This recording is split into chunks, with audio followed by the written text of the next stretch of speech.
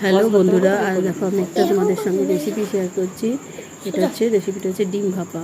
প্রথমে দেখো বাটিটা একটু সর্ষের তেল নিয়ে 2-3 ফোঁটা মাখিয়ে দিলাম।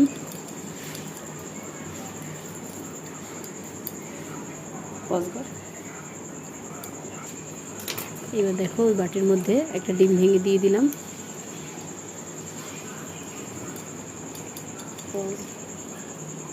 এর সঙ্গে আগে থেকে আমি কিছু পেঁয়াজ কুচি করে রেখেছিলাম আর কাঁচা লঙ্কা কুচি করে রেখেছিলাম, যেটা দিয়ে দিলাম।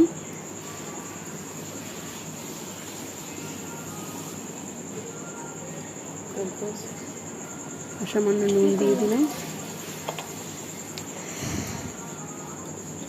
তোমাদের যদি লঙ্কা গুঁড়ো খেতে মন চায় তো লঙ্কা গুঁড়ো দিতে পারো বা গোলমরিচ গুঁড়ো দিতে পারো।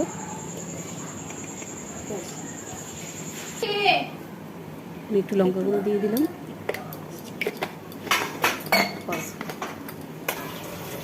একটু আগে থেকে জলটা ফুটতে দিয়েছিলাম কড়াতে, এবার দিয়ে দিলাম। কড়ার মধ্যে একটা স্ট্যান্ড দিয়ে বাটিটা বসিয়ে ঢাকা দিয়ে দিলাম। দেখো 15-20 মিনিট পরেই কিন্তু ডিমটা দেখো একদম প্রায় সিদ্ধ হয়ে গেছে। ডিম ভাপা রেডি হয়ে গেছে। একটু ঠান্ডা হলে এরপরে আমি চামচ দিয়ে তুলে নিলাম। দেখো তোমাদের রেসিপিটা কেমন লাগলো, ভালো লাগলে কমেন্ট করো, লাইক করো, আর পাশে থেকো, আমার চ্যানেলটি সাবস্ক্রাইব করে দিও। Thank you.